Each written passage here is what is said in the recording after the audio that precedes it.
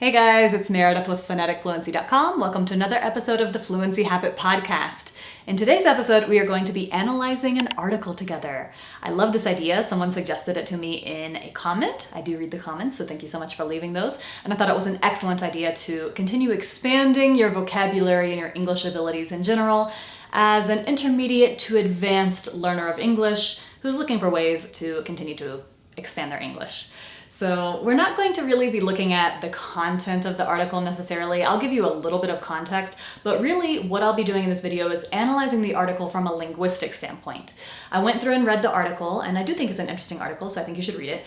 But I read the article, and as I did so, I highlighted all of the grammatical structures, words, phrases, idioms, these kind of things that for me as a native speaker are pretty intuitive, and for you as a non-native speaker, you might understand them based on context, but I want to give you a deeper understanding of all of these things so that you will understand it fully if you read the article, and also be able to incorporate these kinds of things into your own speech in English, which is going to help you become even more fluent and an even more masterful speaker of English. So that's kind of the intention of the video.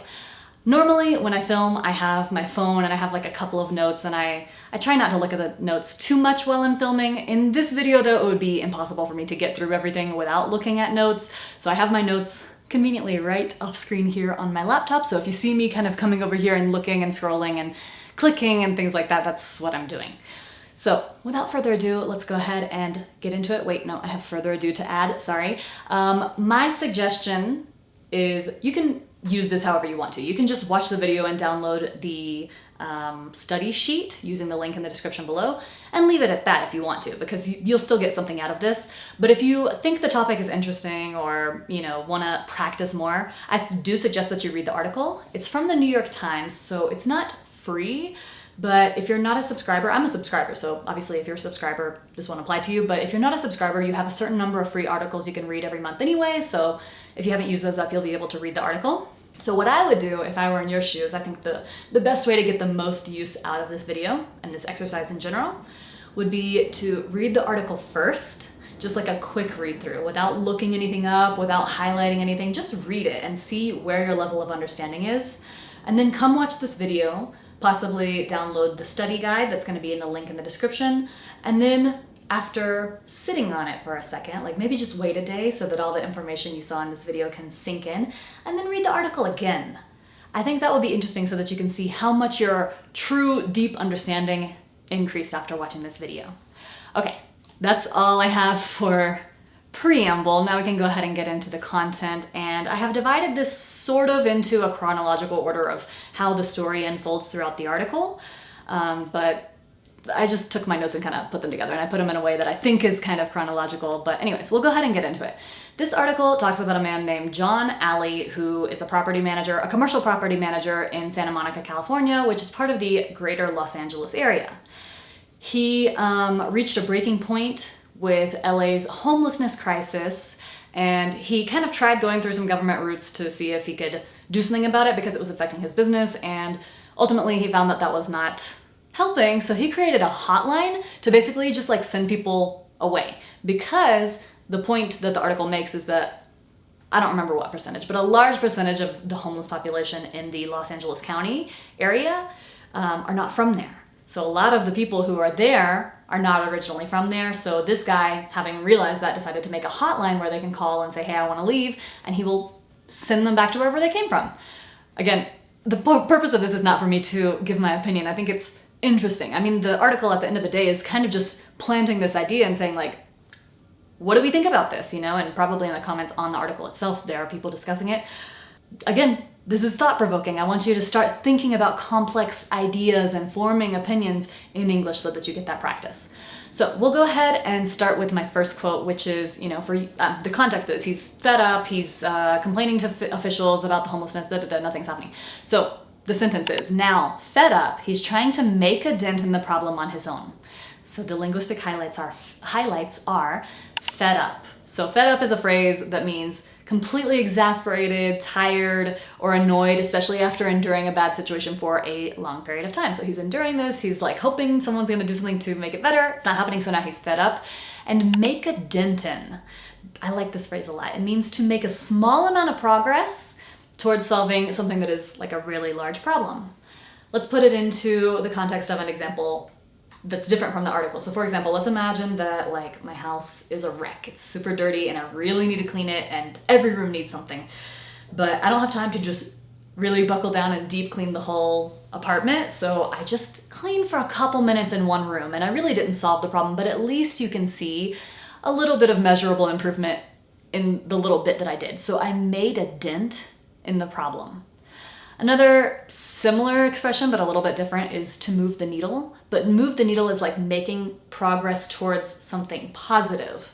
So for example, if you have a goal at work and you do something that moves the needle, you do something that makes a little bit of measurable progress towards a positive goal, whereas making a dent is like you have a negative situation that you're trying to resolve and you do a little bit of action and that makes a dent in the problem. So this guy is fed up with the problem and he decides to see if he can make a dent in the issue on his own. So as I said, he's a property manager. He rents retail buildings to businesses in Santa Monica. And so all of these issues that are happening with the condition on the street are directly affecting his business. So the article says foot traffic plummeted. So I like these words, foot traffic. I like how in English, you'll hear me say this several times in this video, how English is so direct. We can just kind of like take one word and then stick another word right in front of it and modify the meaning. So traffic, we all know what that means. And foot traffic, that's the traffic of pedestrians, the flow of pedestrians through a certain area. And to plummet is to steeply and rapidly decline or fall. So foot traffic plummeted. And so he's having these issues where he can't rent and one place is not renting at all. The other two are turning over a few times a year on month-to-month leases. So turnover can exist both as a verb and a noun. This is also common in English. We have a lot of verb-noun pairs that are essentially the same. And in this case, as in many cases of two-word nouns and two-word verbs, the stress is what differentiates. So we have the verb to turn over, and we have the noun turnover. And in order to define this, I'm going to start with actually the noun, because I feel like this is the one I hear most. Turnover, as a noun, stress on the first syllable, turnover is the rate at which something is replaced, and I feel like it's mostly used in this business context. So for example, employee turnover. I feel like that's got to be the most common usage of this word. So for example, if you're interviewing for a job and you want to know how good it is to work for this place, like how much the employees actually like working there, you can ask them, what's your employee turnover like? So as a verb, to turn over, this is the rate at which something is replaced. So basically what is happening is he can't rent one building and the other two that he is renting, they're turning over very frequently, meaning that people are coming in and then leaving, or not people, but businesses. And then month-to-month leases. I wanted to highlight this. I think it's pretty obvious from the context if you read it, but I wanted to highlight this because I noticed that most of my students never use the word lease. I think they know maybe what it means, but most of my students use contract. And I think that's because in Spanish, it's the same. Like, you know, a contract is a contract, but in English, a lease is a contract related to renting something. And that's, for us, the most common word. You will hear people talk about leasing or signing a lease rather than just a contract, because a lease is more specific than that. And month to month, once again, in English, we can just stick the most direct way to say something right in front of the noun and modify the noun. So a lease that goes from month to month is a month-to-month lease. So you don't have to keep renewing, you don't have to complete a contract, a period of time or whatever. You can just keep renewing every month. So this guy Ali, he tried solving this issue through like legal channels. So he's like requesting documents to kind of see what the government is going to do about it. So from the article we have, he filed public records requests with the city. And I wanted to highlight this because this is something you'll find a lot in American content, maybe English content generally, but it's like in our legal system, we have something called the Freedom of Information Act, which basically gives any person the right to request access to federal agency records and information. So you'll hear about this a lot in like legal cases or, you know, crime podcast and even like any kind of investigative journalism stuff, because those journalists are going to be submitting these requests, which are called public record requests. So it's basically me as an individual saying, hey, show me this record because I have legal a legal right to see it. And then from the article, what some leaders saw as necessary guardrails sounded to Ali like more bureaucratic red tape and unnecessary spending. Guardrails, in a literal sense, means like a big piece of metal that is on the side of the road to prevent people from going off the road. So for example, if you're on a very curvy road in a mountain or something, and you come around a very steep curve, not steep, but sharp, you come around a very sharp curve, there's gonna be a guardrail so that if you lose control of your car, you would hit the guardrail instead of flying off the mountain. So that's the literal sense. And in this metaphorical sense, which is very, very commonly used, it means rules and regulations with the same purpose, to prevent something unsafe from happening. And red tape, you probably already know this one, it's excessive bureaucracy, something that makes a process harder than it really needs to be. If you've ever immigrated from one country to another, you know a lot about excessive red tape. So, moving on, he requests these records or whatever, and he's like seeing what the city government is doing, and he feels like it's not enough or it's not working or whatever, and so he's still trying to like pressure the city into doing more. So from the article, he had been trying to solve the problem for years, first as a property manager watching encampments grow outside his buildings, then as an activist trying to shame the city into action by filming a wave of overdoses and assaults. Okay, so let's look at some of these words. Encampments. The answer to what this word means is kind of hidden inside the word. We have the word camp, and we add in, meant, we get encampments. And these are any kind of temporary outdoor living sites, usually composed of tents or like makeshift lean-tos made of different materials like cardboard or metal or whatever. And usually this is kind of related to migrant populations. So for example, a homeless population or like a refugee camp could be called an encampment. To shame someone or something into action, which means to publicly humiliate a person or an institution so that they feel forced to act. And a wave of something. We know wave, like the waves in the ocean, but a wave can also mean like a sudden large increase in a certain phenomenon. So for example, there can be like a wave of crime, or a crime wave, or a wave of illness or emotion. It means like a big surge in some kind of phenomenon. So he is watching these encampments grow. He tries to shame the city into action by filming the wave of like assaults and overdoses that are happening on the street. One of the tipping points for this man, John Alley, to decide to take matters into his own hands is being attacked by a homeless person. But before I get into that, I want to talk about two of the things that I just said. This doesn't come from the article, but rather something I said, which is one of the tipping points. A tipping point is kind of like the straw that broke the camel's back, but it has to do with something that pushes the scale into a certain direction in a way that's sort of like irreversible. So imagine you have a scale, like an old-fashioned scale, and you're adding weight to one side, and you add it little bit by little bit, and then eventually at a certain point you add one tiny bit more, and now the scale tips to one side, and it's at its tipping point because there's no going back from this point. So he reached his tipping point, and decided to take matters into his own hands. To take matters into your own hands is basically like to deal with the problem yourself instead of waiting for someone to fix it, especially when the person or institution or whoever is responsible for fixing it has let you down. So for example, if you have asked your partner, let's say, to take out the trash, and you've asked them and they don't do it, and eventually you just take it out, you took matters into your own hands.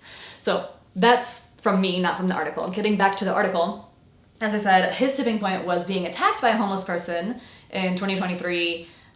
Witnesses were there, and like the homeless guy was yelling at him, and he tried to walk away, and like whatever. He got attacked, and he was on the ground, and the guy kicked him 17 times, and he actually needed surgery to survive that, so he almost died. So anyway, let's get to the quote. So he turned into Palisades Park, once a pristine tourist attraction, winding through palm trees alongside the Pacific Ocean. So pristine means untouched, unspoiled, in its original perfect condition. So this is a pristine park before this like problem started coming in. And I wanted to point out the word winding here. To wind as a verb has two meanings, and it can mean like, for example, in the context of like an old clock, you would wind the clock. And it also means something that is curving along. So a straight path is not a winding path, but a path that kind of goes and curves through an area. It kind of meanders along. That is a winding path. Now, if you see W-I-N-D, the thing is, this spelling can represent two pronunciations. So it's not a homophone, but I can't remember the name for that, but we have a lot of these in English where it's like one spelling but has two pronunciations. So wind or wind. Wind is almost certainly going to be the most common one because the word wind is more frequently used. But if it's in a verb setting, like for example here, winding through palm trees, then that's how you know instead of wind, you're going to say wind, winding. So that is what winding means. The next thing that we come across is he tried to walk away, but a blow struck him from behind. The word blow in this context just means like a hit, a strike, a punch. And this is sort of the, let's say, formal way to describe these things. Because if you were talking to your homies or whatever, you're not going to say like, oh yeah, and then I felt a blow strike me from behind. You're going to say like, and then I felt a punch or a hit or something like that. But in a police report, if you report this to the police, maybe even you tell them like, and then I felt a hit from behind, they're going to write blow. So like in these kind of legal documents, a blow is, in my opinion, kind of this formal way to describe this kind of hit or punch. So kind of to catch us up to where we are in the story at this point, he has all these things happen, and then the attack that he suffered was his breaking point. He's like, all right, I got to take this into my own hands. And he had, this is coming from the article, no official training in outreach work and no experience other than what he learned firsthand. Outreach as both a noun and an adjective, like in this case, outreach work, are efforts by an organization to provide services or aid to people in the community who need them. So if you have ever volunteered in a soup kitchen, I don't know if people still use that term actually, soup kitchen, to describe like a place that, well, yeah, it must be, because I can't think of any other word. Like a soup kitchen is a place that helps provide food to people who, for whatever reason, have a necessity for that assistance, right? So that if you've ever volunteered in a soup kitchen, then you have done outreach work yourself. Firsthand, I think this is pretty clear, but this isn't something I think I can imagine a non-native speaker using on their own, but I think it's a really useful term, which means like, you know, if you know something directly and not from hearing it from someone else, then you have firsthand knowledge. Whereas if someone else told you, then you had secondhand knowledge. So in this particular article, Ali has firsthand experience of kind of like witnessing the problem for himself. So he sets up this hotline in which people will call and say like, we'll get to that in a second, but he hands out flyers saying, okay, if you're here, you're homeless, but you're not from here and you're ready to go home for whatever reason, call me. So he sets up the hotline and he sets up an automated system using AI to basically like listen to what people have to say and take down their information and add it to a list, which he will go through later. So the chatbot is handling these calls, and we get this part from the article. Dozens of people called into the hotline each week with last-ditch appeals for rescue. I like this term, last ditch. And once again, it's something that I recognize and I would use myself, but I feel like if you're a non-native speaker, maybe you would understand it if you read it because of the context and whatever, but maybe it's not something I can imagine a lot of non-native speakers using as part of their active vocabulary, but I like it. So a last-ditch appeal is a final desperate effort when every other option has completely failed. And when I was planning this video, I was like, okay, well, I can talk about what a ditch is, and then I realized I didn't actually know why last ditch and ditch were connected. Obviously I can hear it, but I didn't know the origin, so I looked it up. Anyways, a ditch in the literal sense is like a long hole in the ground, usually beside a roadway. Where I'm from in Georgia, it's mountainous because I'm from North Georgia and it rains a lot, so we have usually ditches on either side of the road. So when I hear the word ditch, that's the first thing I imagine is those like long, kind of almost like gutters, but in the earth on the side of the road. And these are usually for drainage. So, but the origin of this phrase, last ditch, I looked it up and it comes from like, you know, trenches, like for example, in, I don't know, World War I, people would be like in the trenches, you know? So it's some kind of promise that like, I will stay here until the last ditch or something like that. Anyways, so a last ditch appeal is a final desperate attempt to get help when you haven't been able to so far. Okay, that's the first part of the article, and now we're going to move into kind of the things that were going on in the city before John Alley took this into his own hands. So the article describes the kind of government efforts that were going on along the West Coast to try to do something about this, how billions of dollars were being spent without really having any big results.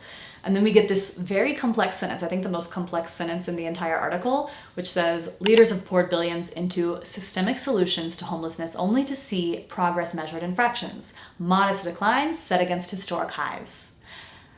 I want to analyze the whole thing. So starting with systemic solutions, this means long-term strategies that address the underlying causes of a problem rather than just surface-level symptoms. To address surface-level symptoms, we have another phrase, which is to put a Band-Aid on it.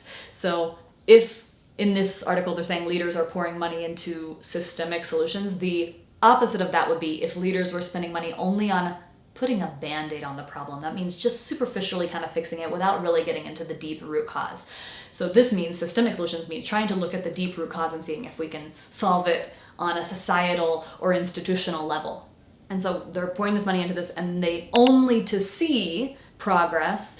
Only to see is a phrase that describes an outcome that was not expected, especially if like there's a certain kind of catalyst or effort that happens first, and then only to see this, that's to describe a result that you didn't expect. So for example, I don't know, let's imagine I'm like working really hard to tutor a kid to pass a test, and we're like working on it so much. Imagine I'm like, I tutored this kid every night for 2 weeks only to see him fail his exam. That would mean like the outcome was not kind of what I expected based on the thing that came before.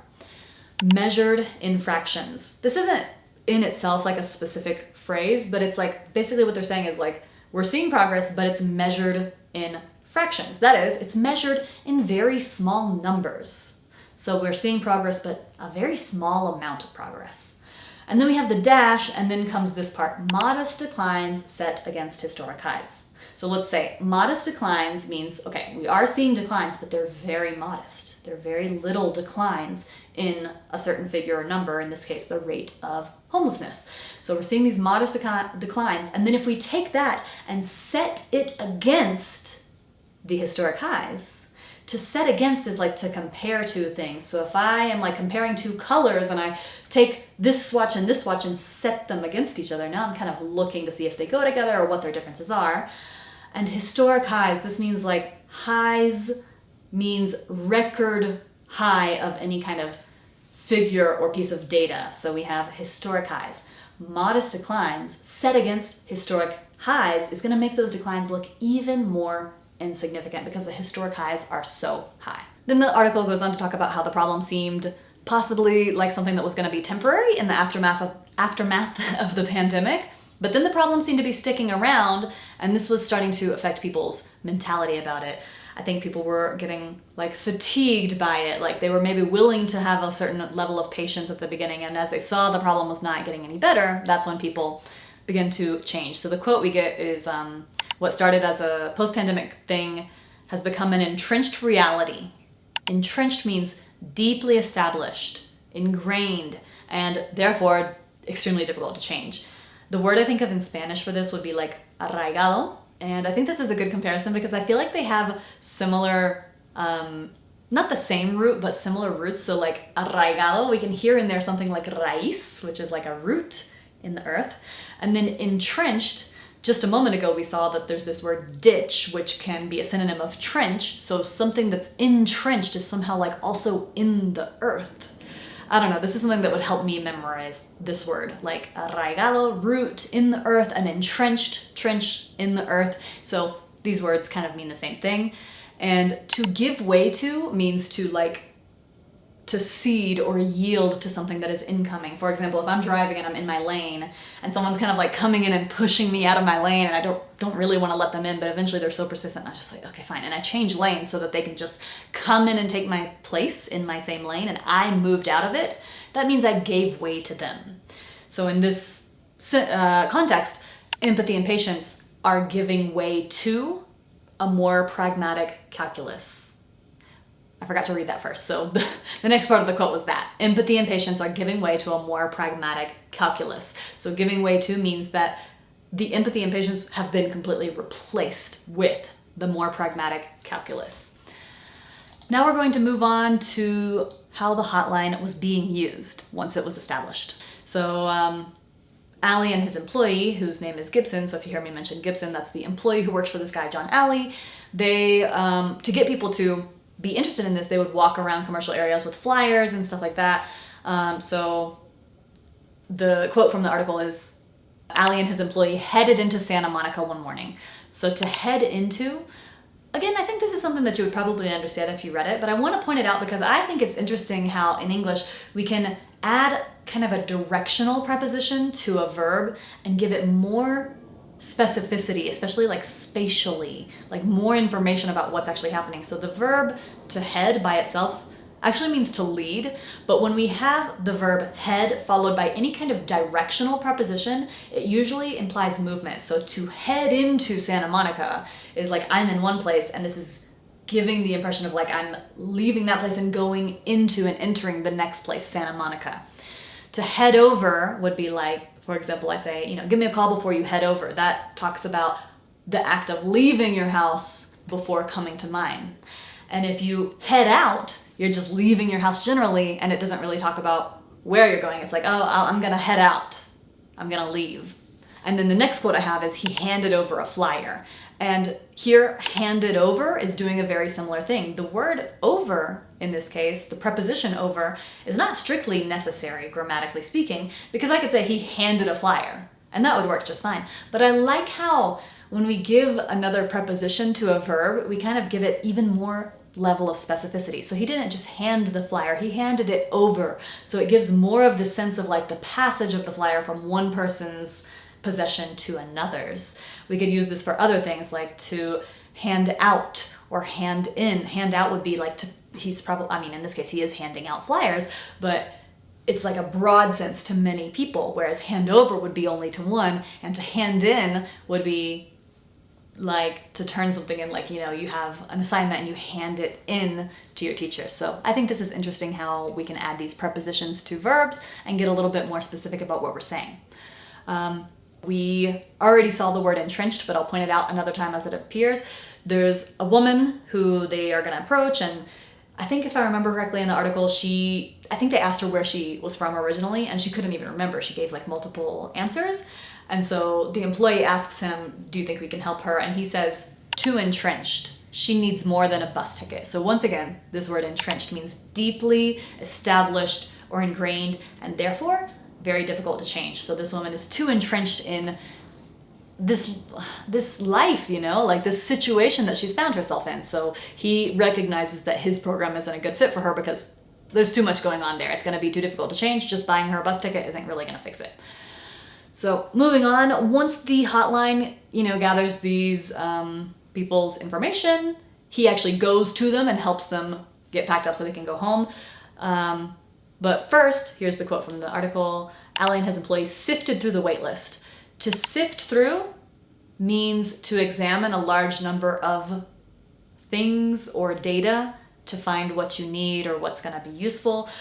The verb sift just by itself without through is kind of a kitchen verb because like there's a thing called a sifter and you use it for flour so imagine you have the sifter and it's like round and you put the flour in there and then you kind of tap it or maybe move it with a spoon and the flour sifts through the sifter and then falls into your recipient and then the flour has been sifted and this helps it to not be clumped together.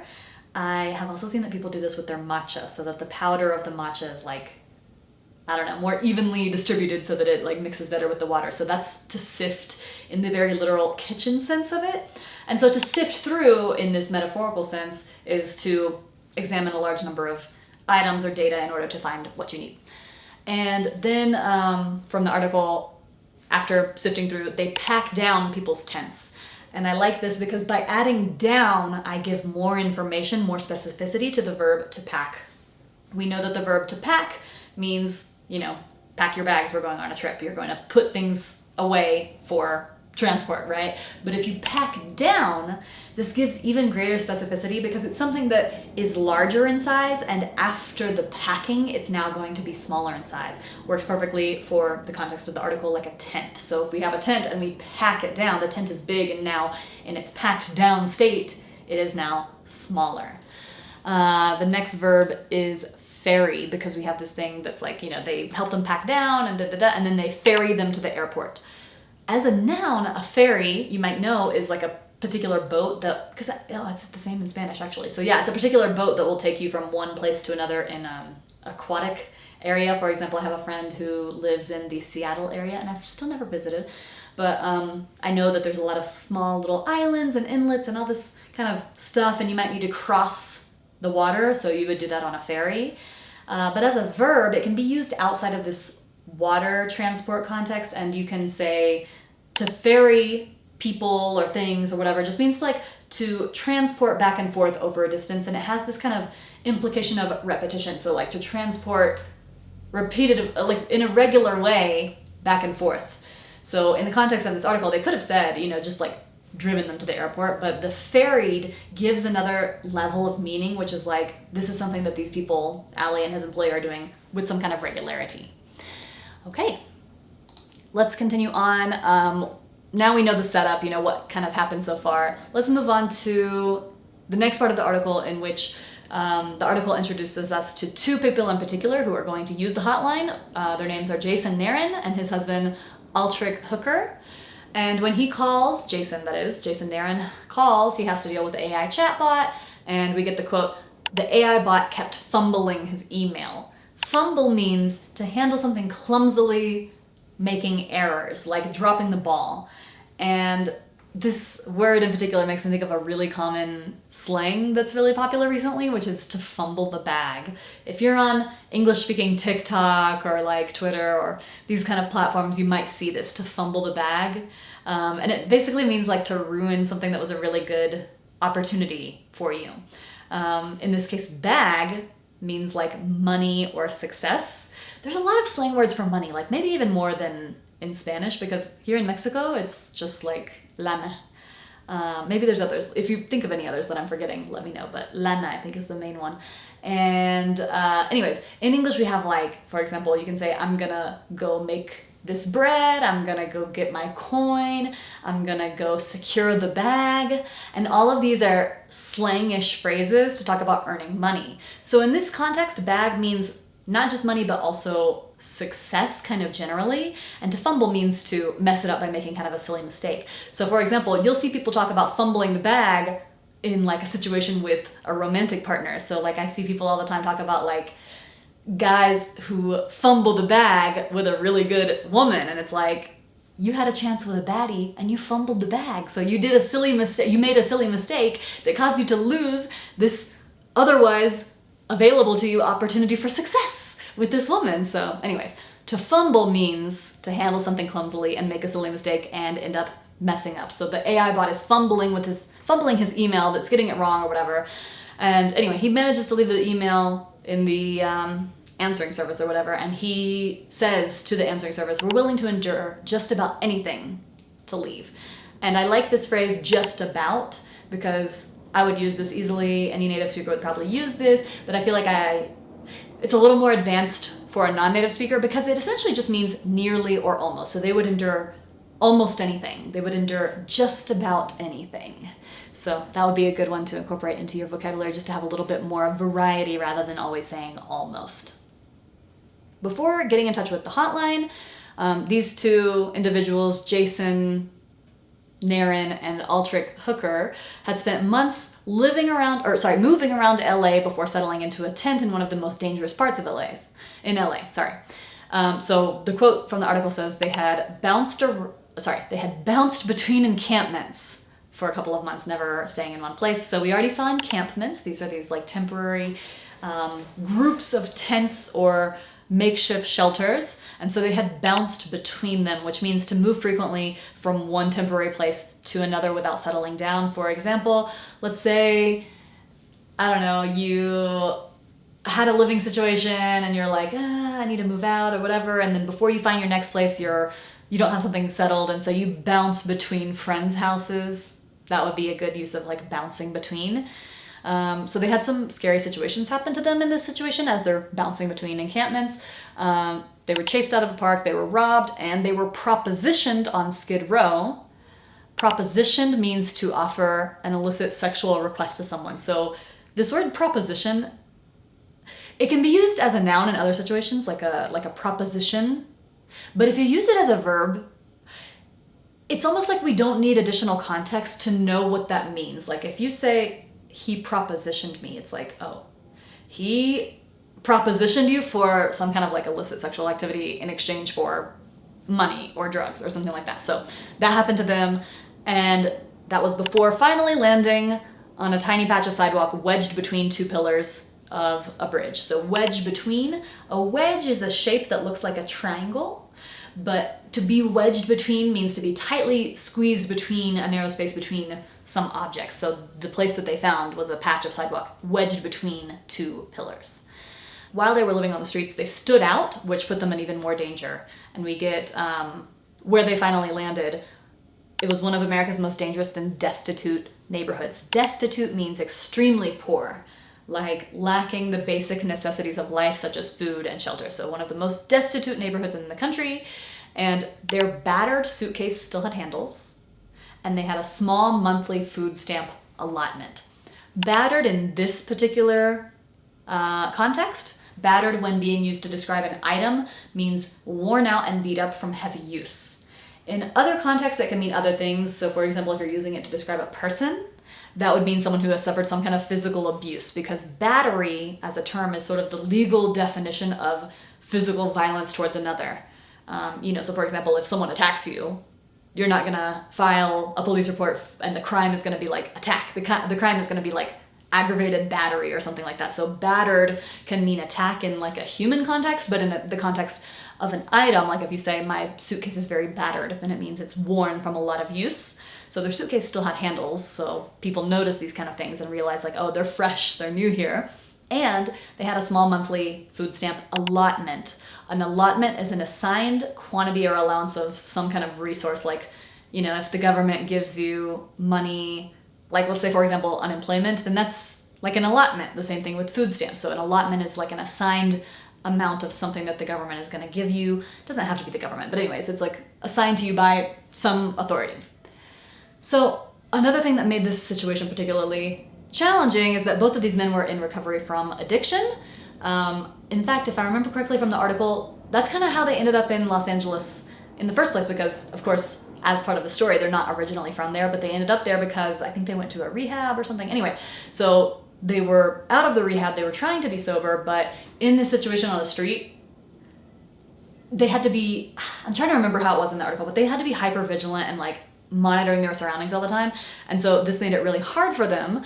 So the quote that we get from the article is, "Every day was a test of their newfound sobriety." And I just wanted to highlight this word newfound. Once again, I just like how English is so direct, we can just take like, okay, they found it recently, it's newly found, so it's newfound, and we can just put that in front of the noun and it's newfound sobriety. The next thing I want to point out is actually a cultural note and not a grammar or anything. So this is the one part of the video where I will be giving kind of my own take or my own opinion. What happens in the article is that Jason's elderly mother is sending him a little bit of money here and there to help him with basics like buying food or whatever, despite receiving criticism from other family members. So the quote we get is like something like, she knew she couldn't support him forever, and she kept sending, $10 or $20, even as relatives asked her to stop. So if you're reading this and you aren't American, or maybe haven't lived in the United States or something like that, then you might be like, what? Why are her relatives telling her to stop sending $10 or $20? So the thing that's going on here is that in American culture, financial independence in adulthood is heavily, heavily emphasized. Like, even if you don't live in the country, you've probably heard about like, Americans, they want their kids to move out as soon as they turn 18, which is true. Not always, but generally speaking. But because of this mentality, providing financial assistance to anyone, even a relative, especially a relative who might be dealing with addiction, is really stigmatized, because it's like under this idea that by helping them, you're somehow enabling them or making it worse. In the American mentality, we have this really twisted way of viewing things that like if someone is in a bad situation and you give them help, that's somehow going to make them not want to improve their situation. Trust me, like a lot of Americans think this way. And if you start to understand this, you will understand a lot of American politics. But the idea is that if there's someone who is going through a hard time and you help them in any way, they're going to say, oh, well, this person's giving me what I need for free, so therefore all of my motivation to improve my situation on my own is now completely gone. I don't understand it, but a lot of people think that way, and those people who think that way think that they're the exception. They tend to believe, the way that I see it is they believe that every human has this like very deep innate laziness, except for them, the person who holds this opinion. They're like, no, I'm a hard worker, but generally speaking, humans are lazy and don't want to be productive or do anything. So therefore, if a human is in a tough situation and you provide them any kind of assistance or help, their motivation to do anything on their own is going to be completely eliminated.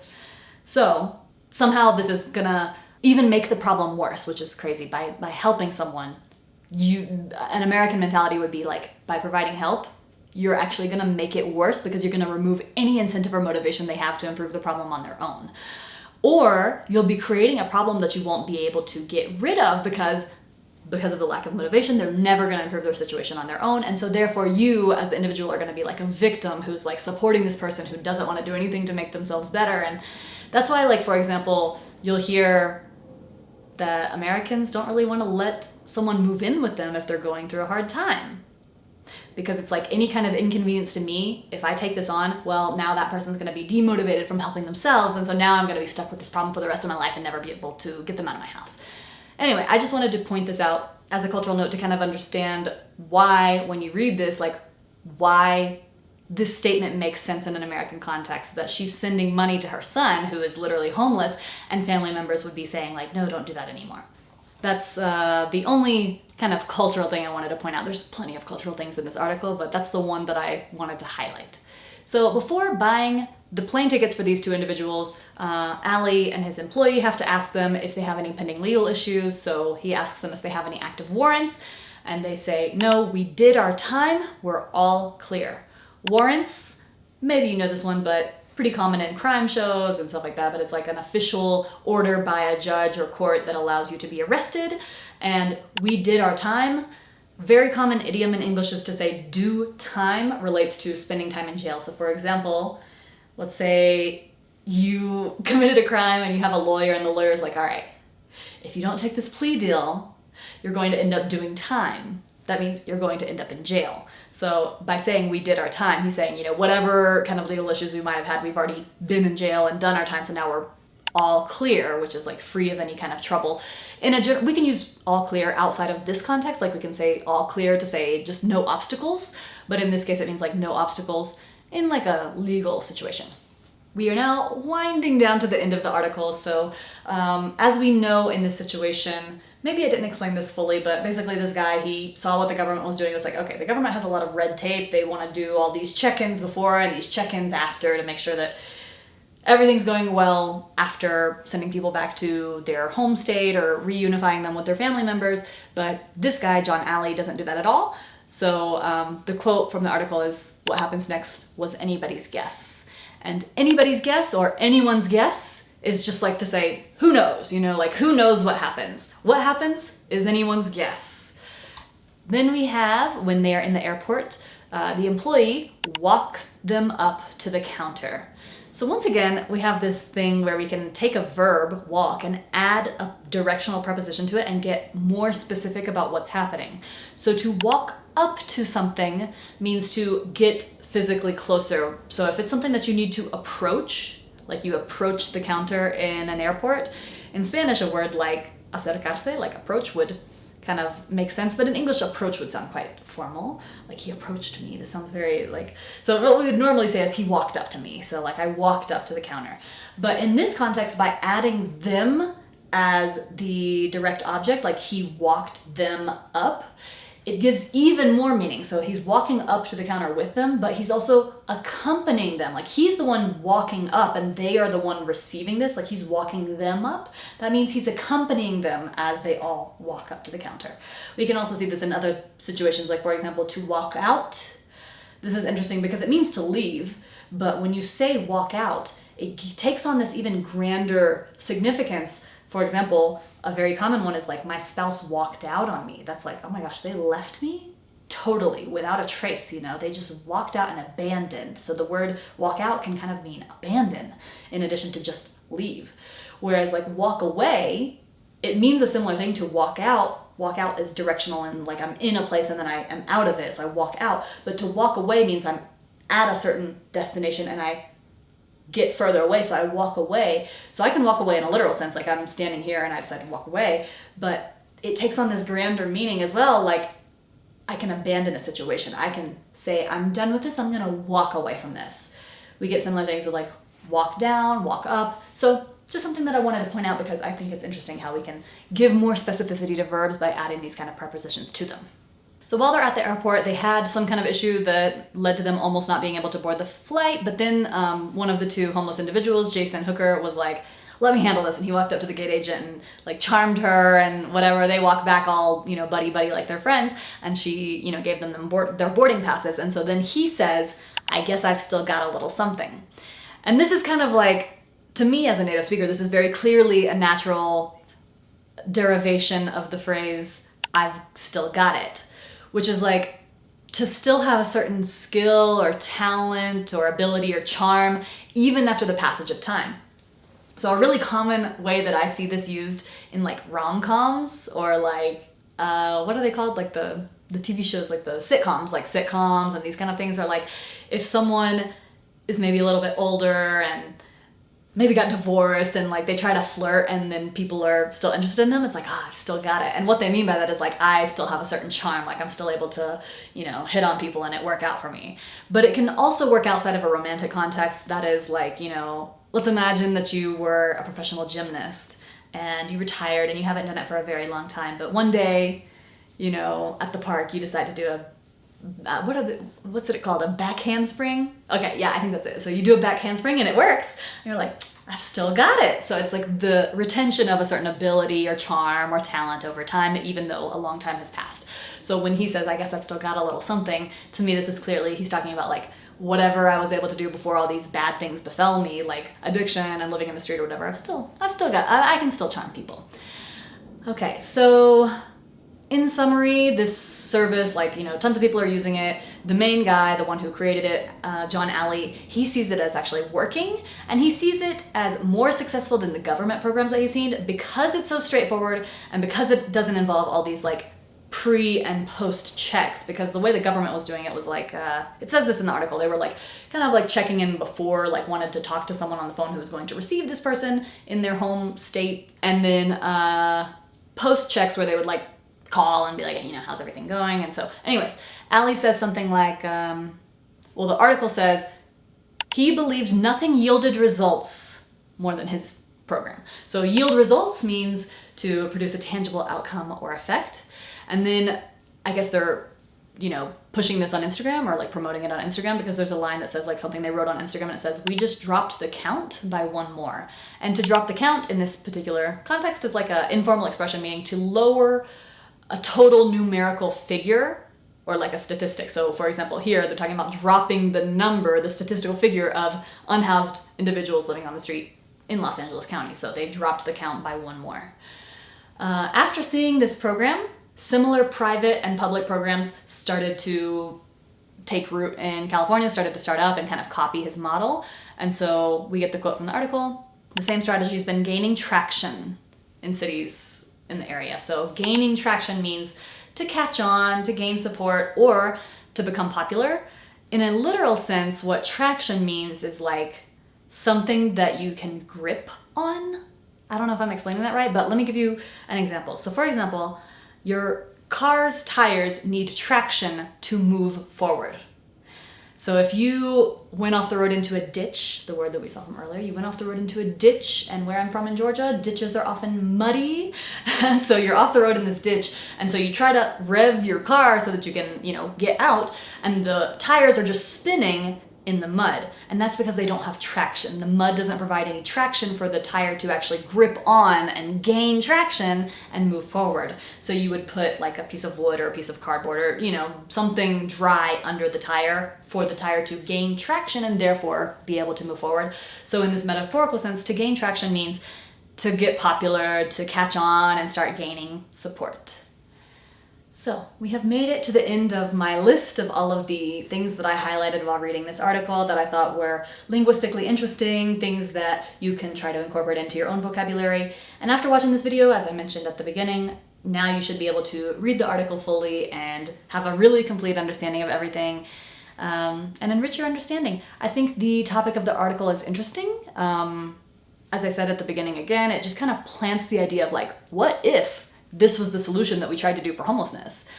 Because obviously it is a problem, right? But it's like, the article doesn't necessarily say one way or the other whether this is like good or bad or whatever, because I just think it just opens the idea so that we can start to think about it. And something that I want for you is to start thinking about complex topics and ideas in English and try to articulate those. So what I recommend that you do now is use the link in the description to download the list of everything that I covered in this video so that you can read over it and study it. Access the article. You have, even if you're not a New York Times subscriber, you have like some free articles. So read the article and see how you've improved your understanding. And then I think it would be really cool if you left a comment kind of talking about what you think about the article so that you can get a little kind of discussion practice in English. Even if it's just written, you can leave a comment. I think that's it. And thank you so much for watching. We'll see you next time.